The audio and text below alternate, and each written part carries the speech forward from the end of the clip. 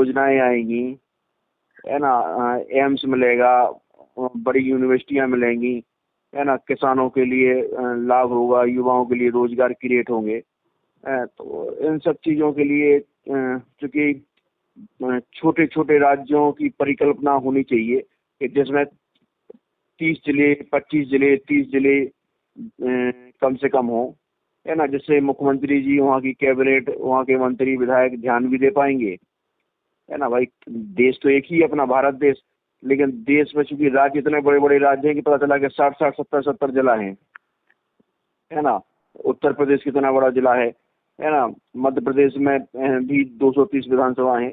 तो कम से कम राज्यों को मेरे अनुसार छोटे होना चाहिए, क्योंकि राज्य जब छोटे रहेंगे तो माननीय मुख्यमंत्री जी हों, उनकी कैबिनेट हो, उनके राज्य मंत्री हों, विधायक हों, सांसद हों, तो कम से कम छोटे राज्य रहेंगे तो उन पर अच्छे से ध्यान दे पाएंगे। एक विधायक हमने ये देखा है कि 5 साल के लिए चयन होता है या सांसद का चयन होता है लोकसभा के लिए, तो वो सांसद अपनी पूरी लोकसभा में ही नहीं जा पाता है हर गांव में। नहीं, तो भाई इसका कोई यदि हम छोटे राज्य बना देंगे तो भी तो वो नहीं जाएगा ना, क्योंकि उसे जाना उसकी प्राथमिकता नहीं है। वो तो इलेक्ट होने के बाद वीआईपी बन जाता है, वो तो आपसे मिलता नहीं है, उसने तो आपके सामने दरबान बिठा के रखे हैं। जी जी वो तो जो है उसके आदमी बेशर्मी से आपसे घूस मांगते हैं काम कराने के, जिसे आप बड़ी साहृदयता से धन्यवाद देते भी हो। जी जी। तो यही तो एक मेरा सिस्टम की नाकामी है। मेरा दूसरा कहना है, सरकार कोई भी रहेगी, राज्य कितने भी बना लें, क्या आपको शुद्ध दूध मिलेगा? हाँ, क्या उसके क्या जी इस देश में, देखिए, मुख्य समस्या सरकार नहीं है आपकी, मुख्य समस्या है इकोसिस्टम। मुख्य व्यवस्था है अनअकाउंटेबल प्रशासनिक व्यवस्था। मैं आपके राज्य का डीजीपी रहा हूं जी। मेरी क्या अकाउंटेबिलिटी है?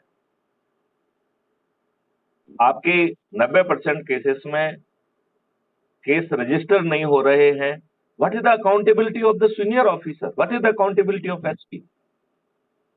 सुप्रीम कोर्ट ने ललिता कुमारी वर्सेस स्टेट ऑफ यूपी के कितने वो दिए हैं, 6 सिक्वल जजमेंट दिए हैं, जिसमें पुलिस से प्लेजर डॉक्ट्राइन, जो सेक्शन पहले 154 में दी गई थी और फिर अब 173(1) में भी दी गई है, सुप्रीम कोर्ट ने वो प्लेजर डॉक्ट्राइन ऐप से पुलिस से हटा ली है। उसने कहा देयर इज नो प्लेजर। यदि content of a report reveals cognizable offence, then police is having no other option but to register it. यदि कंटेंट में एम्बिग्युइटी है और पुलिस ये निष्कर्ष नहीं निकाल पा रही है कि कॉग्निजेबल ऑफेंस हुआ है या नहीं हुआ है, वैसी परिस्थिति में वो केवल जांच कर सकती है, और ये जांच नहीं करेगी कि ऑफेंस के एविडेंस क्या है, वो जांच करेगी कि क्या ये अपराध घटित हुआ है कि नहीं हुआ है। जी जी। इतने स्पष्ट सुप्रीम कोर्ट के जजमेंट होने के बाद क्या थाने में आपकी एफआईआर दर्ज हो रही है? क्या छोटे राज्य बनाने से आपकी एफआईआर दर्ज होगी? क्या आपके प्रकरणों की विवेचना सही ढंग से करने की अकाउंटेबिलिटी फिक्स होगी? सबसे महत्वपूर्ण तो यही है कि जिम्मेदारी तय ना होना, है ना। और जिम्मेदारी तय तब होगी जब व्यक्ति जागरूक होंगे। नहीं, तो मेरा ये कहना है आपसे, मेरा निवेदन आपसे ये है कि आप चाहे छोटे राज्य, बुंदेलखंड राज्य के बनाने के लिए आंदोलन करें, उस आंदोलन में हमें कैसा भारत चाहिए इसकी चर्चा जरूर करें। बहुत बढ़िया सर, बहुत नया राज्य कैसा होगा उसकी कल्पना की परिकल्पना। हाँ, बिल्कुल। नया राज्य में कोई भी इंडस्ट्री ऐसी नहीं होगी जो हार्मफुल पॉल्यूटेंट को एयर में रिलीज करेगी, और ये हमारी नजर का सिर्फ दोष है, क्योंकि प्रकृति ने, आपने ये पढ़ा होगा, आप साइंस के विद्यार्थी रहे हैं, आपने ये जरूर पढ़ा होगा। क्षमा चाहूंगा, मैं साइंस का छात्र नहीं रहा हूँ। चलो कोई बात नहीं, तो भी आपने सामान्य ज्ञान में ये बात जरूर पढ़ी होगी कि ना तो कोई पदार्थ पैदा होता है, ना ही नष्ट किया जा सकता है। हर पदार्थ का केवल स्वरूप परिवर्तित होता है। मतलब उसमें जो है उसका रूप परिवर्तित हो जाएगा, लेकिन पदार्थ नष्ट नहीं होगा। ऐसे ही एनर्जी ना पैदा की जा सकती है, ना नष्ट की जाती है, केवल उसका स्वरूप बदलता है। जो आप इलेक्ट्रिसिटी पैदा कर रहे हैं, ये इलेक्ट्रिसिटी का स्वरूप बदल रहा है। बात आप समझ रहे हैं? जी जी जी जी। जो सूर्य की हीट एनर्जी है उसको आप इलेक्ट्रिसिटी एनर्जी में कन्वर्ट कर ले रहे हो। जो आपके फॉसिल फ्यूल्स हैं उनकी केमिकल एनर्जी को आप जो है इलेक्ट्रिकल एनर्जी में कन्वर्ट कर ले रहे हो, मैकेनिकल एनर्जी में कन्वर्ट कर ले रहे हो। तो स्वरूप बदल रहा है। तो सवाल ये उठता है कि जब कोई भी पॉल्यूटेंट निर्मित हो रहा है, उसे पॉल्यूटेंट या हार्मफुल केमिकल की तरह मत देखो। यदि हम यदि हम इस बात को जान पाएंगे, बेटे यदि हम केवल ये देख पाए कि हमारा जो एक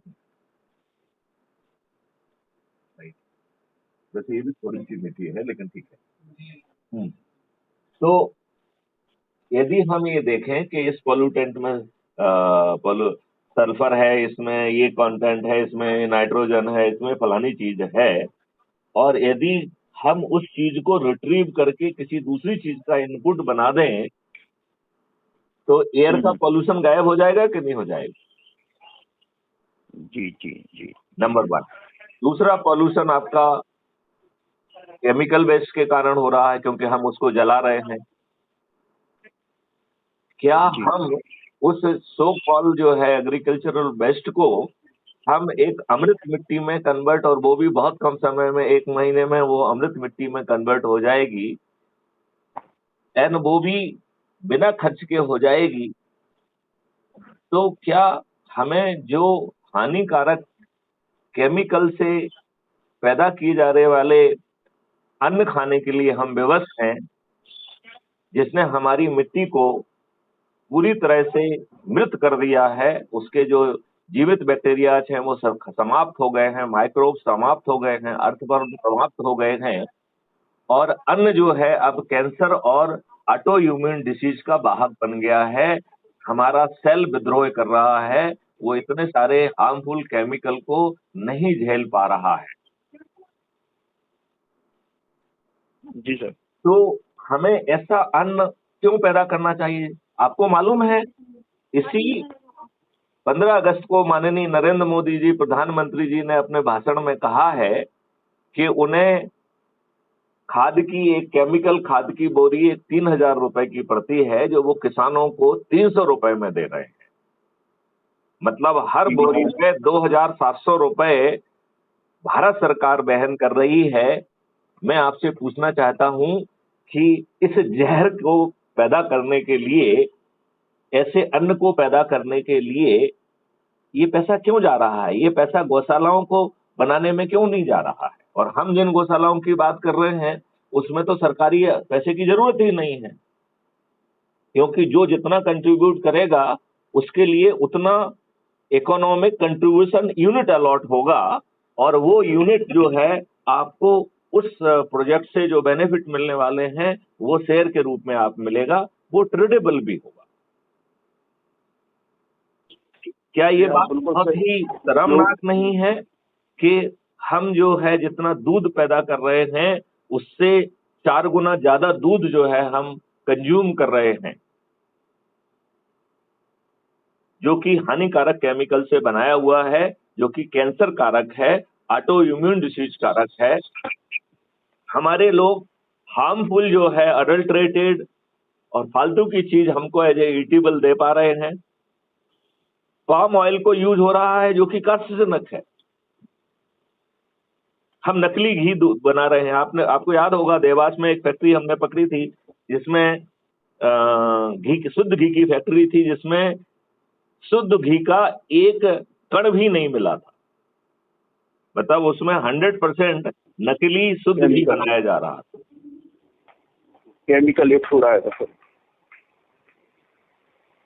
क्या हम जब छोटे राज्य की मांग करें, क्या हम जब बुंदेलखंड की राज्य की मांग करें, तो वो राज्य कैसा होगा इस बारे में बात नहीं करना चाहिए? बिल्कुल कर सकते हैं सर। और आपने जी बहुत अच्छा विषय भी उठाया कि हमारे नए राज्य की परिकल्पना कैसी हो। तो जी तो बहुत महत्वपूर्ण बात है जी। तो उसकी आत्मा है सर कि नए राज्य की परिकल्पना कैसे हो सर, है ना। उसमें क्या होना चाहिए, नया राज्य बन रहा है तो उसमें क्या व्यवस्थाएं होनी चाहिए, क्या संसाधन होने चाहिए, कैसे हम अपना जीवन यापन करें, भारत के श्रेष्ठ राज्यों में हमारी कैसे गणना हो। ये तो सर बिल्कुल होना चाहिए उसमें सर। सिर्फ हम छोटे राज्य बना के जो संसाधन है सिर्फ संसाधन को ही विकास ना समझें, है ना। तो ये होना चाहिए सर। और आपका ये महत्वपूर्ण सुझाव है सर। और इस सुझाव को सर हम रखेंगे भी। और कोर कमेटी सर बन रही है। आप ये बताइए, आप मुझे बहुत छोटी सी बातें बताइए कि इस देश में चपरासी की नौकरी पाने के लिए शिक्षा भी है और वो उसका चरित्र भी अच्छा होना चाहिए, उसके खिलाफ कोई केस पुलिस में रजिस्टर नहीं होना चाहिए। यदि वो चयनित भी हो जाता है तो यदि उसके विरुद्ध कोई पुलिस की एंटी रिपोर्ट है, पुलिस के में केस दर्ज है, तो उसे नौकरी नहीं मिलती है। ये बात सही है कि नहीं है? जी सर सही कह रहे हैं आप।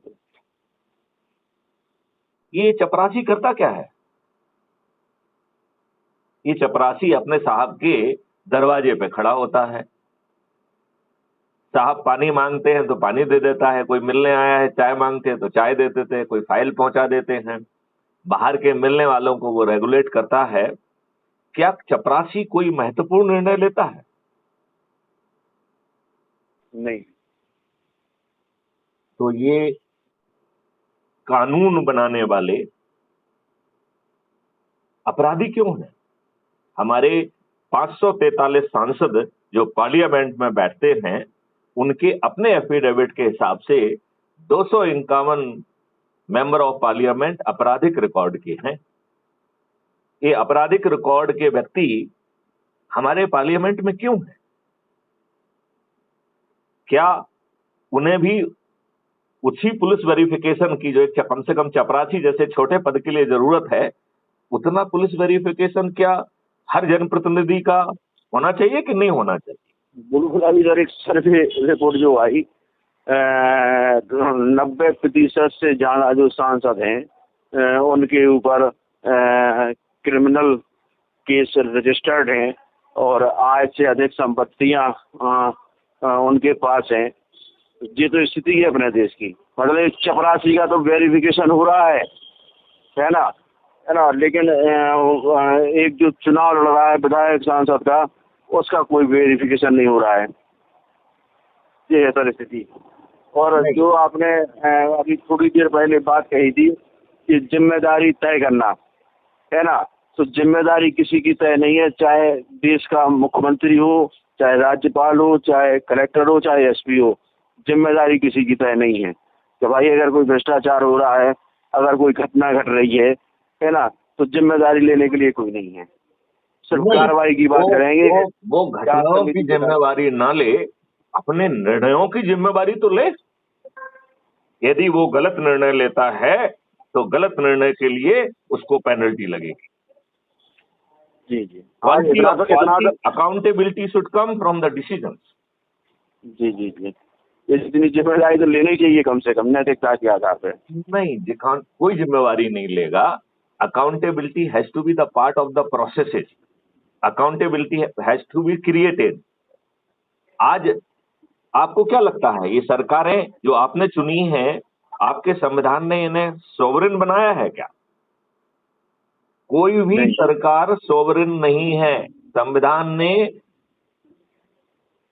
शेड्यूल 7 की जो लिस्ट 2 है, उसमें सब्जेक्ट दिए हैं कि किन सब्जेक्ट्स पे वो काम कर सकती है और वो उसके उत्तरदायित्व के एरिए हैं, अधिकार के एरिए हैं, उत्तरदायित्व के एरिए हैं।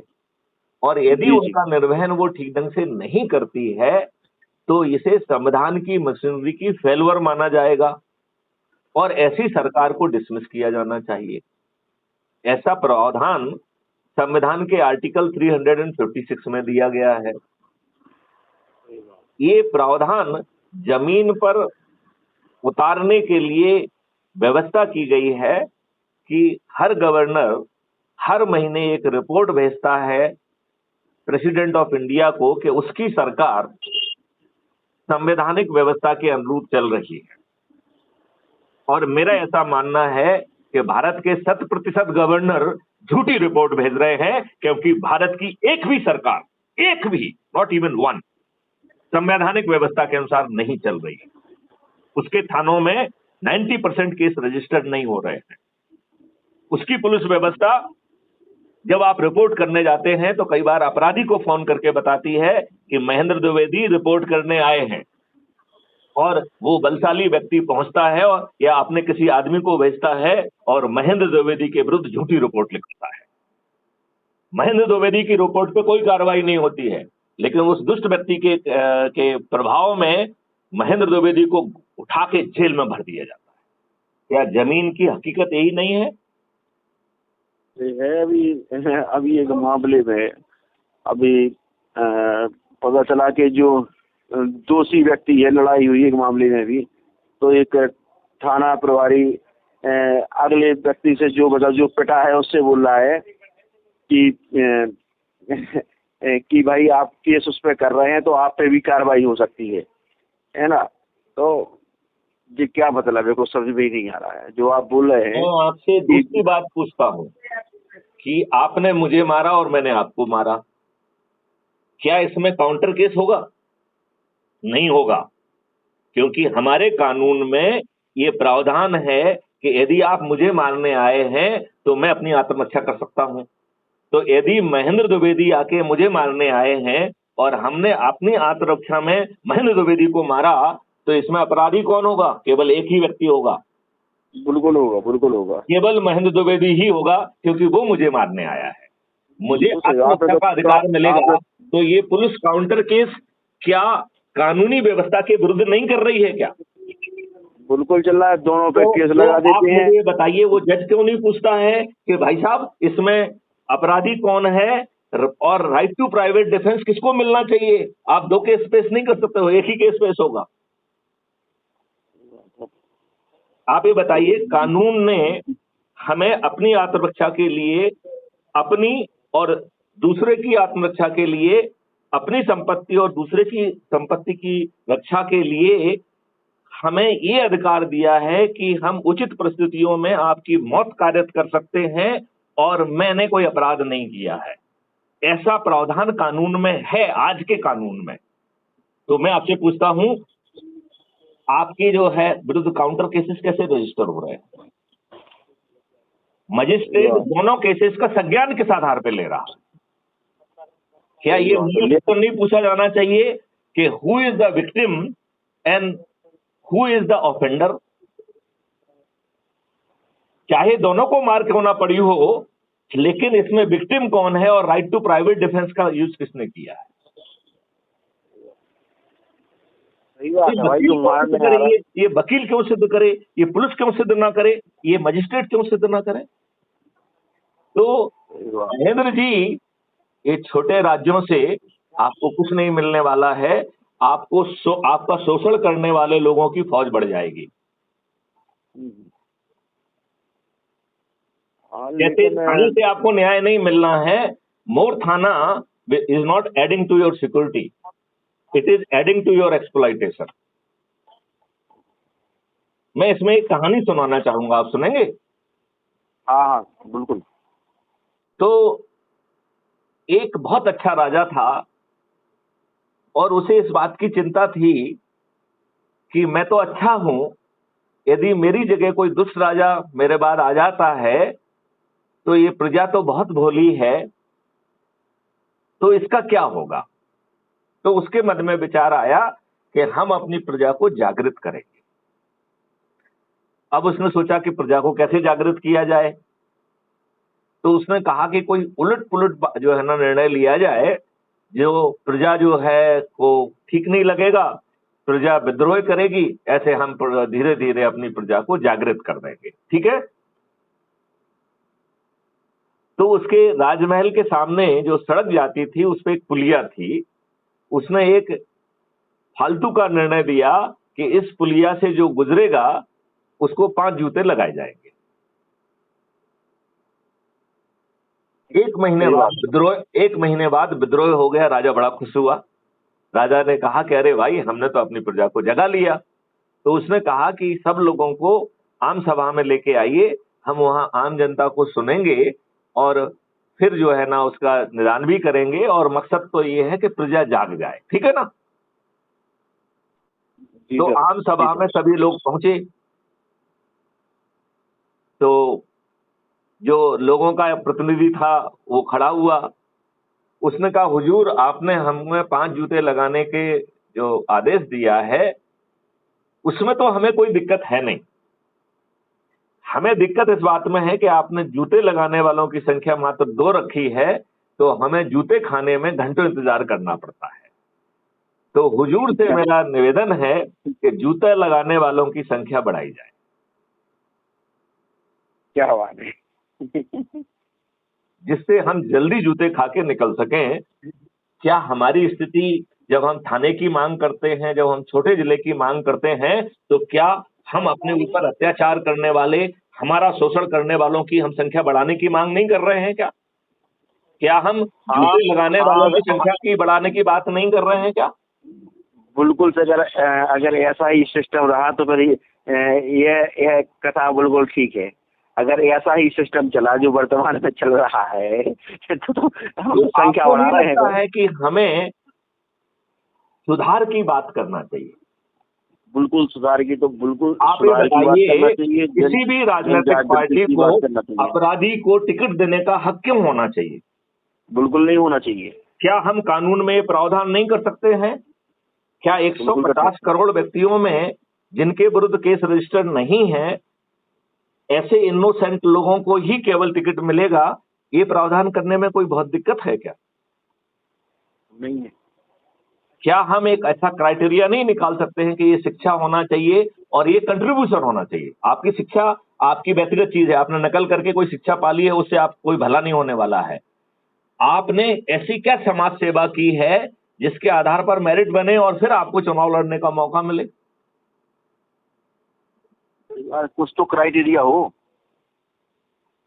लेकिन जहां बम फोड़ने वाले अपराधियों को वरीयता दी जाती हो, जहां आपको भ्रम में रखा गया है कि आप डेमोक्रेसी में जी रहे हैं, मिस्टर महेंद्र द्विवेदी, आप किसी को नहीं चुन रहे हैं, आप भ्रम में हैं। जो आपने वोट दिया है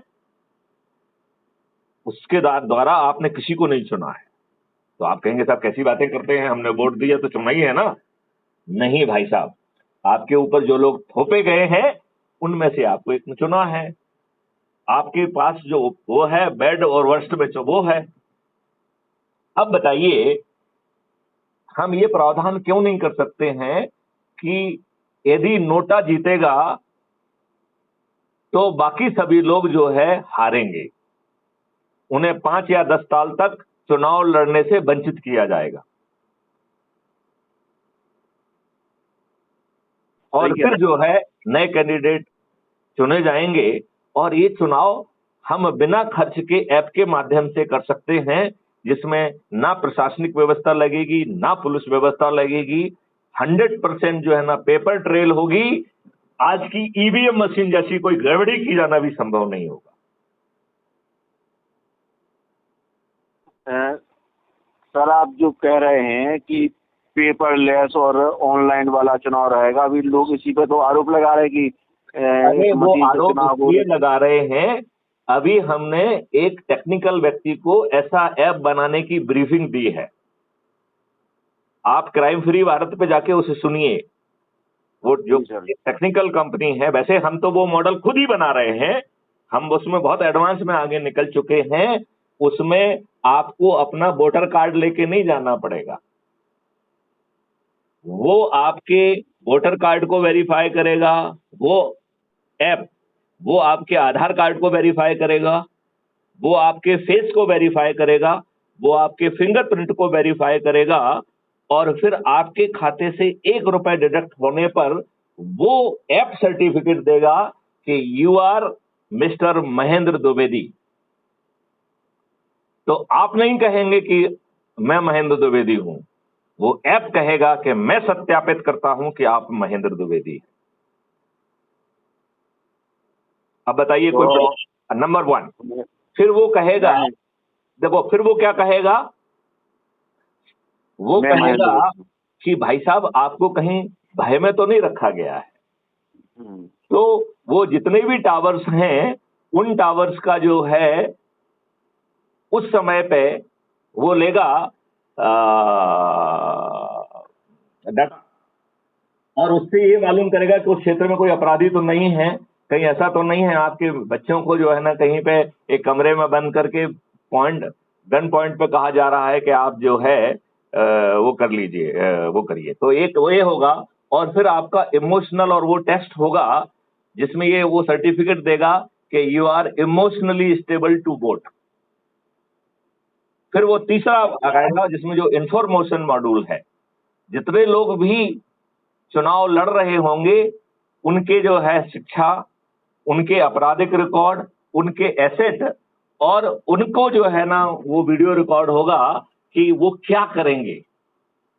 आगे वाले चुनावों में कोई प्रचार नहीं कर सकेगा, आपको कहना पड़ेगा कि आप क्यों आपको चुना जाए, और आपके शिक्षा के आधार पर, आपके पुराने कार्यों के आधार पर, आपकी एसेट लायबिलिटी के आधार पर, और आपके आपराधिक रिकॉर्ड, यदि आपराधिक रिकॉर्ड के व्यक्तियों को हम वर्जित नहीं कर पाए तो आपके आपराधिक रिकॉर्ड के आधार पर आपको बहुत सारे लोग ग्रिल करेंगे, वो वीडियो वहां अवेलेबल रहेगा। जब आप सभी कैंडिडेट के वीडियोस देख लेंगे तो कुछ प्रश्न पूछा जाएगा, उन प्रश्नों के यदि आप सही जवाब दे पाएंगे तभी आपको कहा जाएगा you are now informed voter. यदि आप सही जवाब नहीं देंगे तो जिस ऑर्गेनाइजेशन को ये जिम्मेदारी रहेगी कि वो बड़े से जो है ना स्क्रीन पर वो वीडियो दिखाए, उसके बारे में विश्लेषण करे, और फिर जो है आपको इन्फॉर्म्ड वोटर का जो है ना सर्टिफिकेट जब मिलेगा तब आपकी वोटिंग विंडो खुलेगी। और जब आप वोटिंग विंडो पे बटन दबाएंगे तो वो आपको एक क्यूआर कोड पे आपकी आइडेंटिटी रहेगी।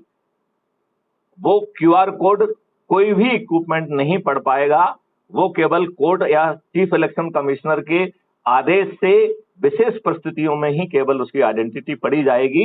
लेकिन जो वोट दे रहा है उसके पास आएगा कि QR code number so and so, you have voted for Congress, thanks for voting, right. और आपको हर दिन रिमाइंडर जाएगा, जो आपका ऐप है उसमें क्लॉक दिखेगी कि कितने लोगों ने वोट कर दिया है।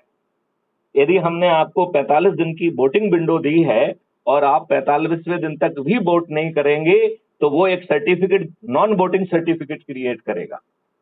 Mister Mahendra Dwivedi, despite reminders every day, you chose not to vote. Your identity is being tagged everywhere. Now till next election, for everything you will be doing, 10% non-voting cess would be applied on you. तो भाई साहब आप school में अपने बच्चे का admission कराने जाएंगे, फीस देने जाएंगे, आपसे 10% ज्यादा लगेगी। आप बस में चलेंगे तो 10% किराया लगेगा। आप हॉस्पिटल में इलाज करेंगे तो 10% जो है ना आपको इलाज में ज्यादा पैसा लगेगा, नॉन वोटिंग सेस। मैं गारंटी लेता हूं महेंद्र द्विवेदी जी, आपको अगले वोटिंग तक बुरे बुरे सपने आएंगे, और अगली वोटिंग का जैसे ही आपको अवसर मिलेगा, बाकी लोग तो 45 दिन में वोटिंग करेंगे, लेकिन मैं गारंटी लेता हूं कि आप 72 आवर्स के पहले अपनी वोटिंग कंप्लीट कर देंगे। मैं सही कह रहा हूं कि नहीं कह रहा हूं मिस्टर महेंद्र? नहीं, जो मैंने आपको खाता खींचा है इसमें कोई गड़बड़ी संभव है क्या? और और भी सुनिए, इसमें जो है सभी जो है पोलिंग बूथ स्टेट के एक बड़े हॉल में जो है ना प्रिंटर्स लगे होंगे, जिसमें सीसीटीवी लगे होंगे, अंदर से लॉक रहेगा, तो आपके वोट की क्यूआर कोड के साथ जो है आपका वोटिंग स्लिप भी होगी, 100% वेरीफाइबल। और सबसे बड़ी बात तो है कि आपके पास अपनी खुद की वोटिंग स्लिप भी होगी, which can be pulled by any of the social organisation to challenge कि इसमें गड़बड़ी हुई है जी। इसके पीछे जो सॉफ्टवेयर रन करेगा वो लॉक हो जाएगा आफ्टर टेस्टिंग, उसे कोई अनलॉक नहीं कर पाएगा। सिक्योरिटी सिस्टम रहेगा, से लेके जितने भी जो है सिक्योरिटी फीचर्स हैं वो उसमें होंगे और कोई व्यक्ति गड़बड़ी नहीं कर पाएगा। आप बताइए, आज के जो दूसरे लोगों के लोग चुनाव प्रचार करते हैं, लोगों को दिक्कतें होती हैं, वीआईपी अरेंजमेंट होते हैं, बूथ पे डिप्लॉयमेंट होता है, पुलिस भागती है, प्रशासन भागती है, गोलियां चलती हैं, ये सब गायब हो जाएगा कि नहीं हो जाएगा? बिल्कुल हो जाएगा। एक्सपेंसेस कितना बचेगा? आपका खर्चा विलुप्त हो जाएगा कि नहीं हो जाएगा? बिल्कुल हो जाएगा। जब खर्चा विलुप्त हो जाएगा तो हम अपने चुनाव को 2 चरणों में करेंगे। पहला रहेगा शॉर्ट लिस्टिंग इलेक्शन। तो जो जैसे जूम करिए 100 लोगों ने 200 लोगों ने चुनाव के लिए भरा, राइट, उनमें से जो सबसे अधिक वोट पाने वाले लोग होंगे 4, वो they will be called the short listed candidate. और सही इलेक्शन उन 4 लोगों में होगा शॉर्ट लिस्टेड में, और उनको फिर से 15 दिन का समय मिलेगा जिसमें वो नए सिरे से कह जाएंगे कि यदि आप जीतोगे तो करोगे क्या। तो आपके एसेट लायबिलिटी के ऊपर आपकी ग्रिलिंग होगी। यदि हम क्राइम का कानून नहीं बदल पाए तो आपके क्रिमिनल रिकॉर्ड पे जो है ना ग्रिलिंग होगी, आपकी शिक्षा पे ग्रिलिंग होगी, और जो आप कह रहे हो कि हम ये करेंगे उस पे ग्रिलिंग होगी। क्यों? क्योंकि आप कोई फ्री भी नहीं बांट पाएंगे, कोई आप नेगेटिव काम नहीं कर पाएंगे। आपको जो है वो धन जो है, क्योंकि फ्रीवी जो है वो सबसे बड़ा नासूर है। आप निकम्मे भारतीयों को पैदा कर रहे हैं, निकम्मे संस्कार विहीन युवाओं को पैदा कर रहे हैं। हमें इसे चुनौती को स्वीकार करना हो। लिहाजा महेंद्र द्विवेदी जी, मैं आपसे प्रार्थना करना चाहता हूं, छोटे राज्य की जगह अच्छे राज्य की कल्पना करो। हमारा यदि छोटा राज्य बनता भी है तो वो इन व्यवस्थाओं वाला राज्य। बहुत अच्छी बात। क्योंकि नहीं तो क्या होगा? नहीं तो क्या, देखिए हम क्या कर रहे हैं, छोटा राज्य बना के अपने आप को सीएम, अपने आप को मंत्री, अपने आप को एमएलए एमपी बनाने की कुछ जो है स्कोप पैदा कर रहे हैं। क्योंकि जब हम इसकी पब्लिसिटी करेंगे तो हमें जो पॉपुलैरिटी मिलेगी उसको इनकैश करके हम खुद एमएलए एमपी बन जाएंगे। हमारे चरित्र, हमारे काम, हमारी सोच, हमारे चिंतन में कोई फर्क नहीं होगा। और इसमें ये भी रहेगा सर, इसका पहला चूंकि वो बिंदु भी रखेंगे, अपने तय किया है कि जितने लोग भी प्रचार करें, जितने लोग भी इस महाअभियान में आगे आए। हम ये कह रहे हैं आपको अपना प्रचार अकेला खुद क्यों नहीं करना चाहिए। वो प्रचार वीडियो बेस्ड होगा, वो प्रचार हम ऐप के माध्यम से सभी तक पहुंचाएंगे, क्योंकि वोटर बिना उसको देखे वोट ही नहीं दे पाएगा। तो फिर आपको चैनल पे आने की क्या जरूरत है? जी जी जी। नहीं, आप मेरी बात समझ रहे हो कि नहीं समझ रहे? जी। इलेक्शन कमीशन की जिम्मेवारी होगी कि हम नियम बदलेंगे कि कोई भी प्रचार प्रसार नहीं होगा। विदेशों की तरह आपको जो है ना मौका मिलेगा। पहले आपको ग्रिल किया जाएगा आपकी एसेट लायबिलिटी के ऊपर, फिर आपको ग्रिल किया जाएगा आपकी शिक्षा के ऊपर, फिर आपको ग्रिल किया जाएगा आपके क्रिमिनल रिकॉर्ड के ऊपर, फिर आपको ग्रिल किया जाएगा कि अब तक आपने किया क्या है। और यदि आप पहले ऑलरेडी इलेक्टेड रहे हैं तो उसमें आपका परफॉर्मेंस क्या रहा है, आपने कितने सेशन अटेंड किए हैं, आपने कितने क्वेश्चन किया है, what value you have added. फिर आपको मौका दिया जाएगा कि आपको यदि जीत जाते हैं तो आप करेंगे क्या, और जब आप उस पर जो करेंगे उस पर भी ग्रिल किया जाएगा। इसके अलावा और कोई पब्लिसिटी नहीं होगी, और ये पब्लिसिटी मटेरियल ऐप के माध्यम से वोटर्स को देखना जरूरी होगा। और चुनाव जो है वो 2 चरणों में होगा। पहला जो है चुनाव होगा शॉर्ट लिस्टिंग, एंड दूसरा चुनाव होगा 4 व्यक्तियों के बीच में। शॉर्ट लिस्टिंग में वही होंगे जो मैक्सिमम 4 लोग रहेंगे जो सबसे अधिक वोट पाएंगे। अच्छा अच्छा, उसमें भी लिस्टिंग होगी? शॉर्ट लिस्टिंग इसलिए करना चाहते हैं जिससे कि वो जो है सही सीरियस कैंडिडेट को सिलेक्ट करते समय फुल एप्लीकेशन ऑफ माइंड हो, एक वेरी इन्फॉर्म्ड वो होगा, और ना उसे बूथ पे जाना है, ना कोई डंडा बचा पाएगा, ना कोई प्रशासनिक व्यवस्था बाधित होगी, कुछ भी चीज बाधित नहीं होना है। जी जी। और आप नेगेटिव चीजें कह नहीं पाएंगे, आप फ्री भी कह नहीं पाएंगे। क्यों? क्योंकि हम जो है साथ में वो शिक्षा व्यवस्था लाएंगे जिसमें 150 करोड़ को हम उनके पोटेंशियल को रियलाइज करने वाली व्यवस्था लाएंगे। हम 150 करोड़ को उनके पोटेंशियल का रोजगार लाने की व्यवस्था लाएंगे जिसमें माता पिता की माली हालत कहीं बीच में नहीं आएगी। क्यों? क्योंकि ये उसको शिक्षा जो है पहले तो उसका इवॉल्विंग पोटेंशियल नापने की जो है ना मॉडल्स के माध्यम से हम उसका मोटा तौर पर, क्योंकि अभी हमारे पास कोई पोटेंशियल नापने का मॉडल नहीं है, तो हम अपने इवॉल्विंग मॉडल के माध्यम से जिसे हम लगातार इंप्रूव करेंगे हम उसका पोटेंशियल नापेंगे। फिर उस पोटेंशियल को छोटे छोटे चरणों में बांटेंगे और उन चरणों में 4 चीजें दी जाएंगी। पहले हमें, चूंकि पेरेंट्स की, परिवार की, सोसाइटी की और शिक्षा व्यवस्था की जिम्मेवारी है कि आपको संस्कार दे, वैल्यू दे, एथिक्स दे। आज की डेट में हम पेरेंट्स, हमारा परिवार, हमारा समाज और शिक्षा व्यवस्था संस्कार देने में पूरी तरह से विफल हो रहा है। हमने संस्कार विहीन युवाओं की एक फौज खड़ी कर दी है। लिहाजा प्रत्येक माइलस्टोन के लिए पहले हम वो एथिक्स और वैल्यू जो कि उस माइलस्टोन के लिए जरूरी है वो केवल देंगे। इसके बाद उस माइलस्टोन के लिए आवश्यक जो शिक्षा है, जो नॉलेज है, वो इम्पार्ट करेंगे। फिर उस नॉलेज को हम हुनर में कन्वर्ट करेंगे, और जब हुनर में कन्वर्ट हो जाएगा तो उसे उसी एकेडमिक बैकग्राउंड में अभ्यास कराकर एक प्रोटेक्टेड एनवायरनमेंट में हम उसे सर्टिफिकेट ऑफ एक्सीलेंस देंगे।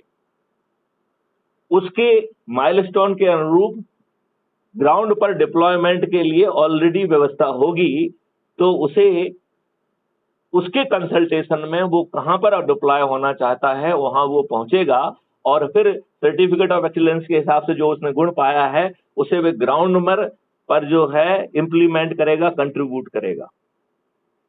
तो उसके ऊपर जो भी खर्च हुआ है वो उसके माता पिता से नहीं लिया जाएगा, वो उसके अकाउंट में ही ट्रांसपेरेंट तरीके से लोड किया जाएगा।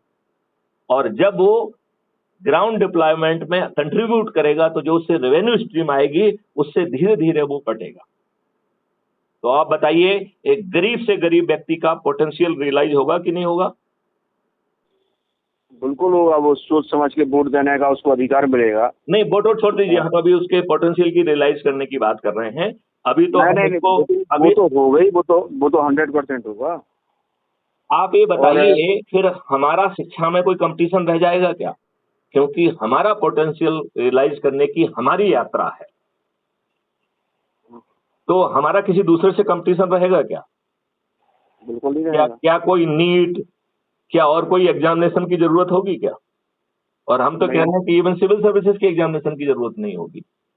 जो best contributor, they will get the administrative responsibility based on the contribution. जी सर। तो आप बताइए, हमने शिक्षा को पोटेंशियल रियलाइज करने वाली शिक्षा बना दिया कि नहीं बना दिया? जी सर। हमने माता पिता का जो वित्तीय संसाधन है उसे पोटेंशियल रियलाइज करने में बाधा ना बने, ये सुनिश्चित कर लिया कि नहीं कर लिया? जी सर। और जब वो पोटेंशियल अपने माइलस्टोन का एक्सीलेंस का सर्टिफिकेट प्राप्त कर लेता है तो बिना कंपटीशन के उसे रोजगार मिल जाएगा जहां वो अपनी क्षमता के अनुसार कंट्रीब्यूट कर पाएगा। ये सुनिश्चित कर लिया कि नहीं कर लिया? जी सर। इसका सर कंप्लीट प्रोजेक्ट अभी चल रहा है कि बन गया है सर? इसके डिजिटल इंजन बन रहे हैं, तब तक लोगों को जोड़ना है और उनका जो है सारगर्ता, उनका जो है सहभागिता को प्राप्त करते हुए उन्हें इकोनॉमिक कंट्रीब्यूशन यूनिट देते हुए बिना सरकारी संसाधनों के ये व्यवस्थाएं हमें जमीन पे उतारना होंगी, जिसमें गौशालाएं होंगी, ऑर्गेनिक जो है फार्मिंग होगी, और वायु से पॉल्यूशन, पानी से जो है पॉल्यूशन और जल की बाहुल्यता जो है सुनिश्चित कर ली जाएगी। ऐसा मॉडल ऑलरेडी बन रहा है और ऐसे मॉडल को जो कि डिजिटल होगा, हैप्पी भारत का नाम दिया है मैंने। हैप्पी भारत। और ये हैप्पी भारत आगे चल के हैप्पी सिविलाइजेशन में कन्वर्ट होगा और भारत जो है फिर विश्व को जो है ना रिप्रेजेंट भी करेगा। और यही व्यवस्था चूंकि सबके लाभ की है, लिहाजा धीरे धीरे अपने आप पूरे विश्व में लागू हो जाएगी, क्योंकि जो चीज भारत के नागरिक के लिए लाभकारी है वो विश्व के हर नागरिक के लिए भी तो लाभकारी होगी। सही बात है। विश्व का हर नागरिक अपने पोटेंशियल की शिक्षा, हुनर और एक्सीलेंस का सर्टिफिकेट पाकर ग्राउंड पर कंट्रीब्यूट करके एक माइलस्टोन से दूसरे माइलस्टोन की यात्रा कर सकेगा। और जब वो एक माइलस्टोन से दूसरे माइलस्टोन की यात्रा कर रहा है तो उसके पुराने निर्णय जो है उसके मार्ग में बाधा नहीं बनेंगे। मेरा कहने का मतलब है, यदि हमने पहले माइलस्टोन में अपने आप को इंजीनियरिंग के लिए चुना, राइट, सक्सेसफुली ग्राउंड पर इंप्लीमेंट करने के बाद जब हम माइलस्टोन 2 की यात्रा कर रहे हैं और उस समय यदि मैथिली शरण गुप्त ये महसूस करते हैं कि नहीं, मैं तो जो है मेडिकल फील्ड में अच्छा करूंगा, मैं जो है आयुर्वेद में अच्छा करूंगा, तो माइलस्टोन 2 की यात्रा में हम सीधे जो है अपने पुराने डिसीजन को और पाथवे को रिवाइज कर पाएंगे। और इसमें पुराना ज्ञान बाधा नहीं बनेगा, क्योंकि उस माइलस्टोन के लिए जो भी ज्ञान, हुनर आपको चाहिए वो माइलस्टोन के दौरान आपको प्रदाय किया जाएगा और आपको एक भी चीज फालतू नहीं बताई जाएगी, मतलब नॉट इवन 1%। आप अपना सामान्य ज्ञान बढ़ाना चाहते हैं, ज्योग्राफी का ज्ञान बढ़ाना चाहते हैं, उसके लिए बहुत सारे डिजिटल मॉडल होंगे, लेकिन वो हमारे इस हुनर इम्पार्टिंग, एक्सीलेंस इम्पार्टिंग मॉडल का हिस्सा नहीं होगा। तो आपकी शिक्षा से तनाव चला गया, डिप्लॉयमेंट से तनाव चला गया, जो बड़े बड़े बच्चे जो है ना ढेर सारे बस्ते लाद के जा रहे हैं, हम उसको क्यों लोड कर रहे हैं? Let's give him whatever is required for his first milestone, nothing beyond. Let's us give him the liberty कि यदि वो माइलस्टोन वन में एक्सीलेंस लेने के बाद, ग्राउंड पर अपना कंट्रीब्यूशन देने के बाद, if you want to revise his pathway, तो पहले माइलस्टोन में वो इंजीनियर हो सकता है, दूसरे माइलस्टोन में डॉक्टर हो सकता है, तीसरे माइलस्टोन में टीचर हो सकता है, चौथे माइलस्टोन में फार्मर हो सकता है, पांचवें माइलस्टोन में रिसर्च एंड स्कॉलर बन सकता है, छठवें माइलस्टोन में इंडस्ट्रियलिस्ट भी बन सकता है। और हायर माइलस्टोन पे जाएगा, वो नीचे से शुरू नहीं करेगा। क्यों? क्योंकि फील्ड जो भी हो उसने एक अनुभव तो पा ही लिया है, उसका एटीट्यूड तो रिफाइन हो ही गया है, उसके नॉलेज की ग्रास्पिंग की पावर तो बढ़ी गई है। अब बताइए, ऐसे कमिटेड हमको engineer, doctor, research scholar, farmers मिलेंगे जहां पर ये मिडिल मैन पैसे नहीं बना पाएंगे, क्योंकि जो भी चीज प्रोड्यूस की जाएगी वो सिर्फ डायरेक्टली कंज्यूमर तक पहुंचेगी और ये बाजार नहीं होंगे, इसमें केवल डिस्प्ले सेंटर्स होंगे, जहां पे आप मटेरियल को देखेंगे, चीज को देखेंगे, समझेंगे, ट्रायल करेंगे और बस एक क्लिक दबा के उसके क्यूआर कोड को भेज देंगे, वो चीज आपके घर पे सीधे जो है ना प्रोडक्शन सेंटर पे पहुंचेगी। आपकी शर्ट आपके घर पे पहुंचने के पहले आपके माप से जो है ना उसको मॉडिफाई करके भेजा जाए। तो जितने भी मिडिल मैन हैं, आज बताइए सबसे ज्यादा पैसा कौन कमा रहा है? बिना किसी रिस्क के मिडिल मैन कमा रहा है। एक शर्ट बनाने वाला, एक टी शर्ट बनाने वाला उसे 200 रुपए में, 500 रुपए में बना रहा है, और ये दुष्ट जो है मिडिल मैन उसे शोरूम में सजाकर 2500 में बेच रहे हैं। उन्होंने ऐसा क्या कर दिया है कि उन्हें 2000 का लाभ मिलना चाहिए? मैं आपसे पूछता हूं, उन्होंने ऐसा क्या कर दिया है कि उन्हें 2000 का लाभ मिलना चाहिए? शोरूम खोल लिया, पैसा लगा दिया। तो इसलिए जितने भी मिडिल मैन हैं वो सर्विस प्रोवाइडर बन जाएंगे। कोई डिस्प्ले सर्विस प्रोवाइडर होगा, कोई ट्रांसपोर्टेशन सर्विस प्रोवाइडर होगा, और कोई वेयर हाउसिंग सर्विस प्रोवाइडर होगा, कोई क्वालिटी चेकअप सर्विस प्रोवाइडर होगा, कोई होम डिलीवरी सर्विस प्रोवाइडर होगा, और जो भी चीज सप्लाई की जाएगी वो लाइफ टाइम वारंटी के साथ सप्लाई की जाएगी। यदि टेक्नोलॉजी बदलेगी तो वो प्रोडक्ट को वापस ले लिया जाएगा, आपको रिवाइज प्रोडक्ट मिल जाए। क्वालिटी मैनेजरों की भी नियुक्तियां हो जाएंगी। वो तो सब अकाउंटेबल होंगे।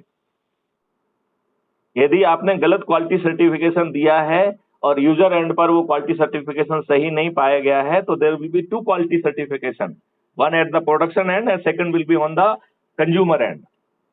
तो आज जो चूंकि मिडिलमैन बहुत पैसा खा ले रहा है, इसलिए कंज्यूमर को 4 गुना 5 गुना महंगी चीजें मिल रही हैं। नई व्यवस्था में प्रोड्यूसर जो आज कमा पा रहा है उसका दुगना कमाएगा, और कंज्यूमर को जो आज उसको देना पड़ रहा है उसके आधे में उसको मिल जाएगा। उसको ऑर्गेनिक चीज मिलेंगी, दूध मिलेगा, औषधियां मिलेंगी, उसकी बॉडी फिर से जो है माइक्रोब्स से जो है, उसके जो ट्रिलियंस ऑफ द जो है ना बैक्टीरिया जो उसके गट में बैठे हैं, वो सभी हेल्दी बैक्टीरिया उसके गट में बैठेंगे। हम में से कोई भी व्यक्ति बीमार नहीं होगा। ये प्रैक्टिकली राम राज्य होगा जहां किसी को व्याधियां नहीं होंगी। जो व्यक्ति पैदा हुआ है उसका मरना तय है, तो मृत्यु के अंतिम दिन भी आप स्वस्थ और चलते फिरते रहेंगे। जी। कोई रिटायरमेंट एज नहीं होगी। आप अपनी फिजिकल परिस्थितियों के हिसाब से आपकी चीजें बदलती जाएंगी। आप जो है कभी भी अपने परिवार के लिए इकोनॉमिकली यूजलेस प्राणी नहीं होंगे। आज की भारी व्यवस्था में आपके नाती और पोतियों के पास समय नहीं है आपके साथ बिताने के लिए। You have lost the social fabric. Mahendra Dwivedi ji, मैं आपसे प्रार्थना करता हूं कि जो मैंने मॉडल बताया है उसमें आपको क्या खामियां दिख रही हैं, आपके क्या सुझाव है, और जनता के नाम आपका क्या संदेश है? सर, जो आपने बताया है, जो सिस्टम बताया है, अगर वो इम्प्लीमेंट होता है तो देश के लिए काफी सार्थक होगा। साथ ही इसके इम्प्लीमेंटेशन में द्विवेदी जी, जब हम भारत सरकार के ना कानून बनवा रहे हैं, ना उनसे जो है ना आर्थिक मदद ले रहे हैं, क्योंकि उस चीज को भी हमने इनकॉर्पोरेट करने के लिए इकोनॉमिक कंट्रीब्यूशन यूनिट बना दिया है। तो आप क्या क्या व्यवधानों को परसीव कर रहे हैं जिसके कारण इस मॉडल में दिक्कत आएगी? क्या क्या क्या दिक्कत आ सकती है?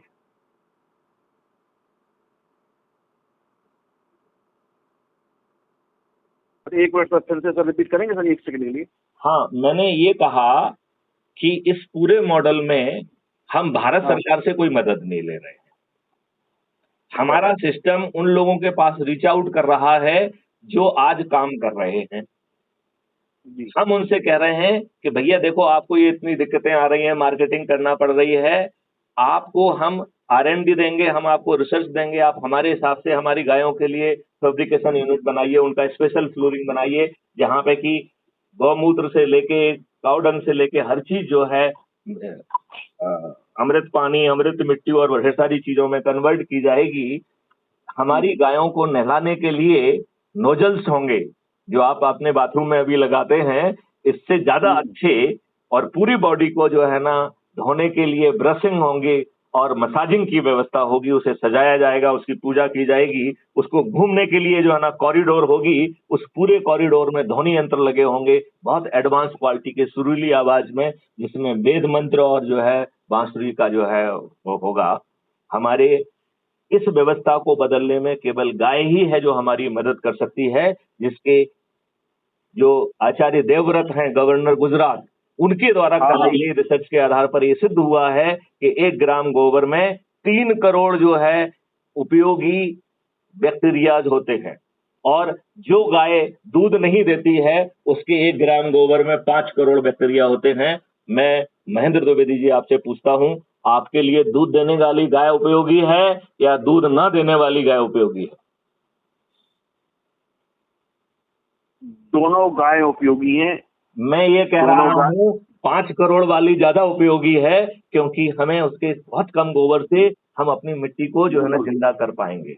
बिल्कुल। हम मिट्टी में पुनः पुनः जो है माइक्रोब्स और बैक्टीरिया, अर्थवॉर्म को जो है ना और माइक्रो न्यूट्रिएंट्स को दे पाएंगे, वो मिट्टी जो चीज पैदा करेगी वो ऐसे एक दिन में नहीं सड़ेगी।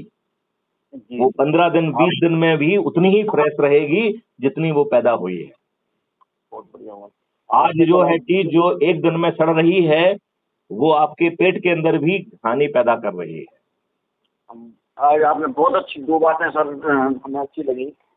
एक तो हमें राज्य वाली बात अच्छी लगी, और दूसरा मतलब आदर्श राज्य कैसा हो, और दूसरा जो आपने गाय के लिए कॉरिडोर की बात कही है, बहुत अच्छी बात कही है। सरकारों को कॉरिडोर के लिए ही आगे आना चाहिए। बाहर करो ना, सरकार से नीत बनाएंगे ना सरकारों से जो है ना वो करेंगे।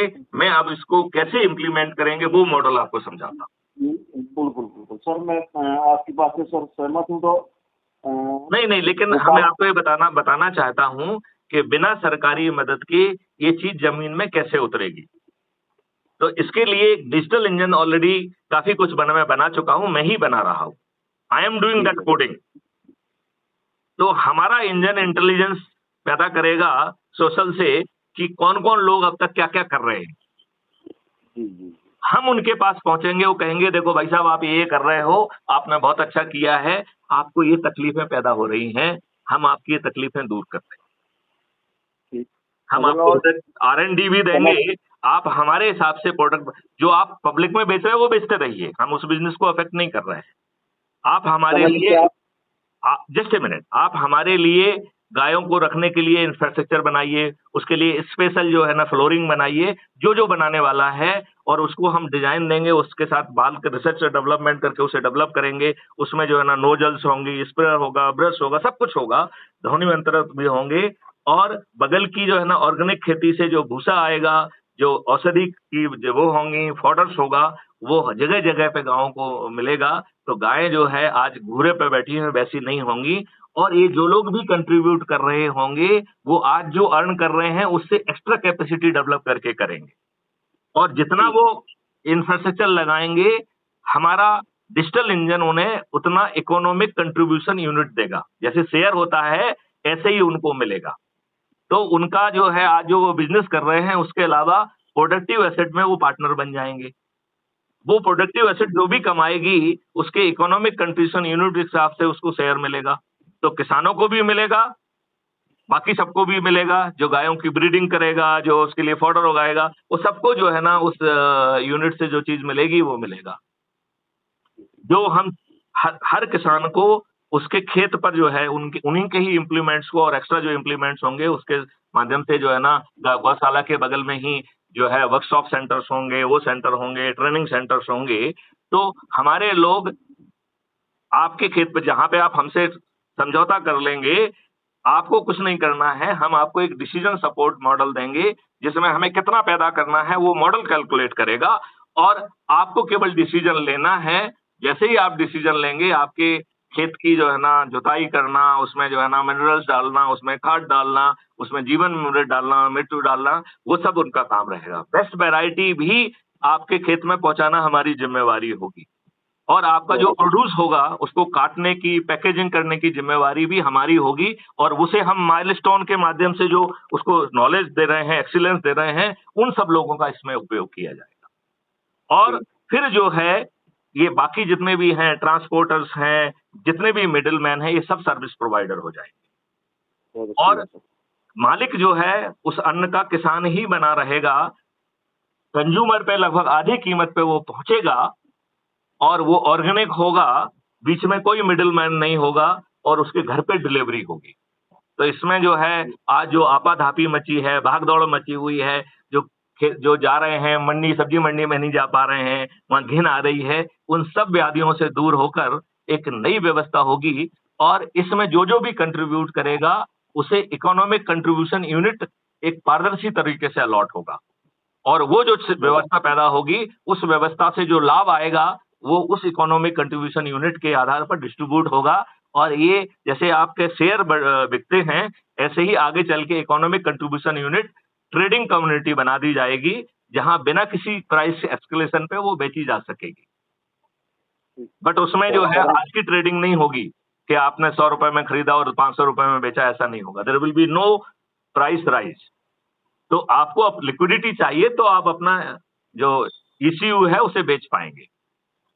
अब बताइए मुझे, इसमें क्या हमने शासन की नीति बदली? भाई अपन अपना सिस्टम चला रहे हैं। नहीं, हम क्या शासन की कोई नीति बदल रहे हैं उसमें? नहीं बदल रहे हैं। क्या हम शासन से धन मांग रहे हैं? नहीं मांग रहे हैं। तो फिर बाधा क्या है? कोई बाधा नहीं है। इसके लिए सर पूरा कंप्लीट सर प्रोजेक्ट कीजिए सर, उसके बाद सर प्रोजेक्ट नहीं करना है, जो जो कर रहा है उससे बात करना है, उसे अपना पार्टनर बना लेना है।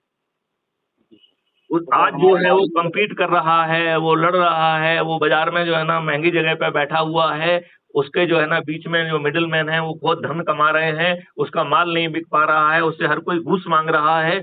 अब बताइए, प्रोड्यूसर जो अभी कर रहा है वो करता रहे, वो एक्स्ट्रा जो हमारे जो हम प्रोजेक्ट और रिसोर्स डेवलप कर रहे हैं उसमें क्या उसको इन सब दिक्कतों से मुक्ति मिल जाएगी कि नहीं मिल जाएगी? वो आज यदि 100 करोड़ का बिजनेस कर पा रहा है तो 500 करोड़ का बिजनेस करेगा कि नहीं करेगा? और जो बचे हुए 400 करोड़ हैं वो प्रोडक्टिव एसेट में उसके इन्वेस्ट होकर उसको ईसीयू मिल रहा है, तो उसका बिजनेस डाइवर्सिफिकेशन भी हो रहा है। बिल्कुल सर, सहयोगी सिस्टम रहेगा सर। मैं सर एक निवेदन करना चाहता हूँ जी। क्योंकि सर मेरे घर के पास ही एक गमी हो गई है और अंतिम संस्कार आप जरूर जाइए। जाने के पहले आप उस मृत आत्मा को अपना जो है शोक संतृप्ति वाला वो दीजिए, और हमारे देश को, हमारे युवाओं को, अपने पत्रकार साथियों को क्या संदेश देना चाहें उसको देके मेरी ओर से भी जो है उन्हें जो है उनकी मृत आत्मा को शांति मिले, उन्हें प्रभु चरणों में जगह मिले, ये मेरा जो विचार, मेरा संदेश भी उन तक पहुंचाइए। जी जी बिल्कुल भाई साहब। तो आप अपनी बात कह के फिर आप निकलिए। जी मैं ये निवेदन करना चाहता हूँ, ये सिस्टम बहुत अच्छा है और इस पर सतत चर्चा की आवश्यकता है। सतत चर्चा की आवश्यकता है इसलिए क्योंकि जितनी हम इस पर चर्चा करेंगे, जितने अधिक से अधिक लोगों को जोड़ेंगे उतना प्रभावी होगा। आप लोगों को मत जोड़िए, स्टेक होल्डर को जोड़ के उसे प्रोडक्टिव डिप्लॉयमेंट एसेट के रूप में लोगों तक पहुंचाइए। लोगों को ज्ञान मत बांटिए, लोगों को अनुभव बांटिए, एक्सपीरियंस बांटिए। यही शिक्षा हमारे एक बहुत वरिष्ठ आईएएस अधिकारी हैं जो भारत के चीफ इलेक्शन कमिश्नर भी रहे हैं, वो हमेशा मुझसे कहते हैं कि मैथिली शरण गुप्त, आपके आइडियाज बहुत अच्छे हैं, आई विश कि वो जमीन पर उतरें, लेकिन वो मुझे बहुत यूटोपियन लगते हैं, आदर्शवादी लगते हैं, तो करके दिखाओ तो जानेंगे। तब मैंने प्रतिज्ञा ली थी कि मैं अपने बलबूते पर ऐसे करके दिखाऊंगा। मैं मैथिली शरण गुप्त कॉस्मोस पावर के तहत उसका माध्यम बनते हुए अपनी शक्ति से, अपने मॉडल से लोगों को लाभ बांटते हुए ये मॉडल को जमीन पर उतार देंगे। इसमें सरकार की कोई मदद नहीं ली जाएगी, उससे नीतियां भी नहीं बदलवाई जाएंगी। आगे चल के जो नीतियां बदलना होंगी वो कहा जाएगा, और यदि उसे आज सत्ता में बैठे लोग, मगरूर लोग यदि उसे नहीं सुनेंगे तो वो सत्ता में नहीं रहेंगे। ये मेरी चुनौती है, क्योंकि वो सत्ता में नहीं रहेंगे, इसका भी मॉडल बना हुआ है। मैं सर आपसे समय लेके, क्योंकि मैं भोपाल आता रहता हूँ, दो तीन, हमारा घर भी वहीं पर है कटारा हिल्स में, तो मैं आता रहता हूँ भोपाल। हमारे सदर साहब का घर है, बच्चा वहीं रहता है भोपाल में, तो मैं आपसे समय लेके आऊँगा। मैं चाहता हूँ कि आपका मुझे 2 से 3 घंटे का आमने सामने बैठकर समय मिले। और इस पे जाने की बजाय मैं आपसे एक दूसरी प्रार्थना करता हूँ। जी, आपको समझाने से काम नहीं बनेगा, तो जिन लोगों ने अब तक तपस्या करके कुछ ना कुछ हासिल कर लिया है, हम ऐसे लोगों को क्यों इकट्ठा ना, आप भी रहेंगे, मैं भी रहूंगा, और उसके लिए आपको कोई भोपाल आने की जरूरत नहीं है। हम जो है वो टेक्नोलॉजी भी मेरे पास है, उस टेक्नोलॉजी से जो जहां बैठा होगा, मतलब जो जिस व्यक्ति ने काम किया है, यदि वो औरंगाबाद में बैठा है, नागपुर में बैठा, कहीं दूसरी जगह बैठा है, तो वहीं बैठा रहेगा।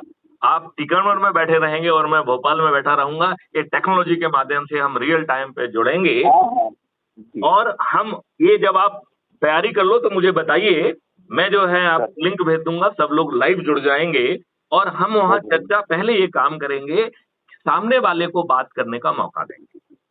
ठीक है, हम उसको अपना मॉडल बिल्कुल नहीं समझाएंगे, क्योंकि वो मॉडल तो निर्माण में है।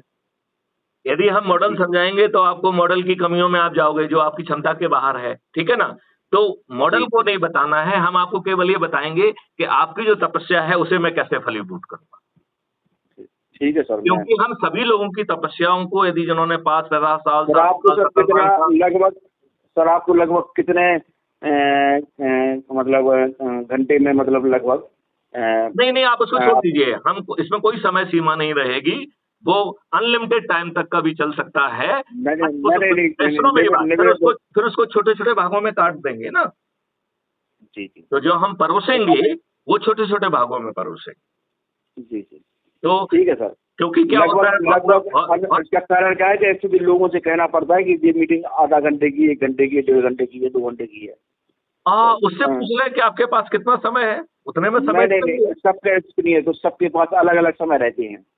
50 लोग तो ये कह रहा हूँ कि सब लोगों के पास अथाह समय है, सब लोग अपने अपने मॉडल के साथ जो है ना जो है परेशान हो रहे हैं, किसी का मॉडल इम्प्लीमेंट नहीं हो रहा है। तो ये तो हम उनके काम को इम्प्लीमेंटेशन का मेथोडोलॉजी बता रहा हूँ। लेकिन ठीक है, उन्हें उनकी बात समझ में आए उसके लिए अपन को पहले उसके पास 15 मिनट हो तो 15 मिनट का सेशन होगा, आधा घंटा का हो तो आधा घंटा का सेशन होगा।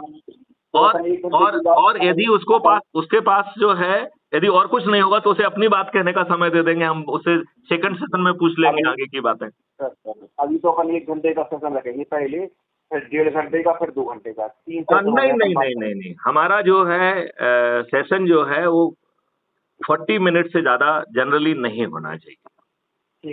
क्योंकि सामने वाला भी जो है ना पक जाता है, तो बिना पके फ्रेश माइंड से जो चर्चा करेगा, हम 40-40 मिनट के बहुत सारे सेशन कर सकेंगे। क्या बात है, बहुत अच्छी बात है सर, बहुत अच्छी बात। और उसकी सुविधा के हिसाब से करना पड़ेगा। वो पहले से अपनी जो है प्रायोरिटीज को वो कर लेगा तो वो 40 मिनट का समय बड़ी आसानी से निकाल पाएगा। और उसे चल के कहीं नहीं आना है, हम उसे लिंक देंगे, वो लाइव हमसे जो है ना अपनी जगह से ही जुड़ेगा। उसको केवल उसे ये सुनिश्चित करना होगा कि जहां पर वो है वहां पर इंटरनेट और कनेक्टिविटी ठीक हो, जिससे क्वालिटी ऑफ रिकॉर्डिंग अच्छी हो। ठीक है सर, ओके। चलिए, जय हिंद, जय भारत, वंदे मातरम, जय गुरुदेव।